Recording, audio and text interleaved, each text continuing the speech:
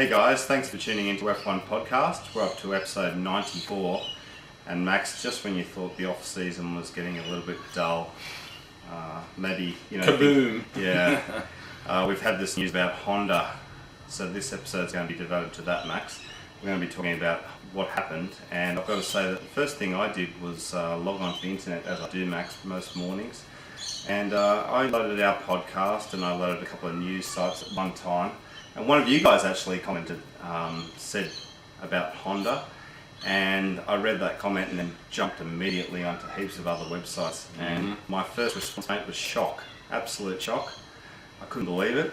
Mate, I don't think any of us realised what was going on. The obvious thing is that this has been in the pipeline for quite some time. I mean, you don't just make the decision to pull out of Formula One and then not supply even any engines to anyone.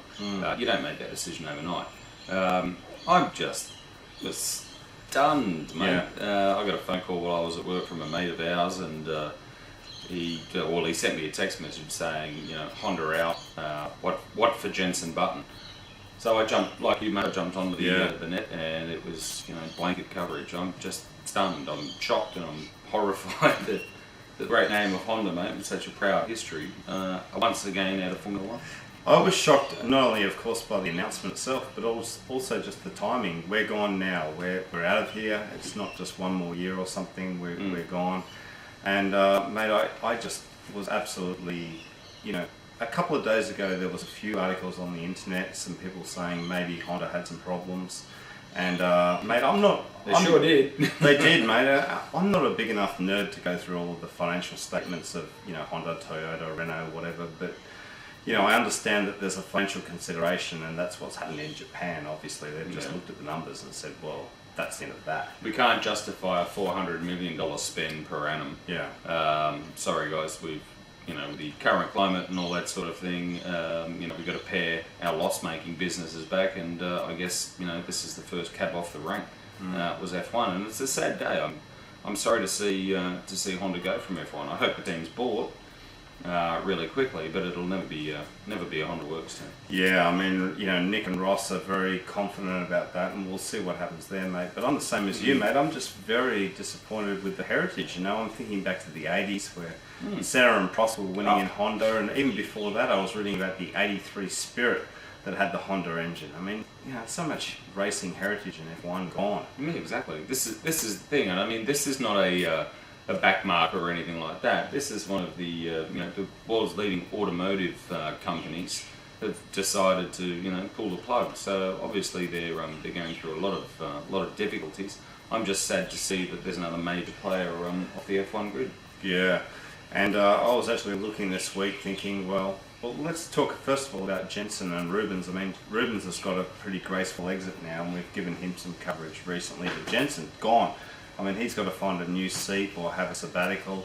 There's a couple of seats available, but I feel sorry for Jenson as well, mate. Well, it's really Toro Rosso that's the only thing probably available to him, to Jenson, that is. But look, probably a salient time for Rubens to hang up gracefully or retire gracefully. Yeah.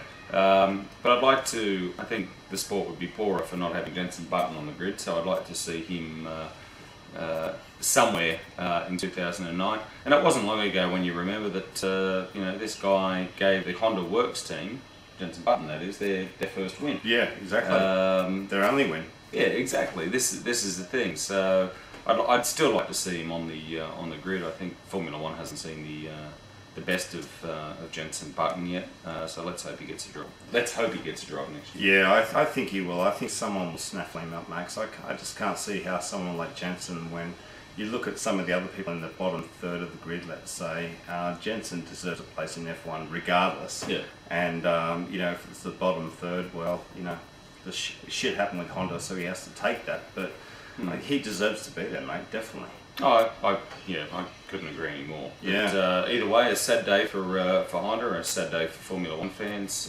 Again, as we know, they've had a very proud history, and unfortunately, they've gone out with a whimper. Yeah.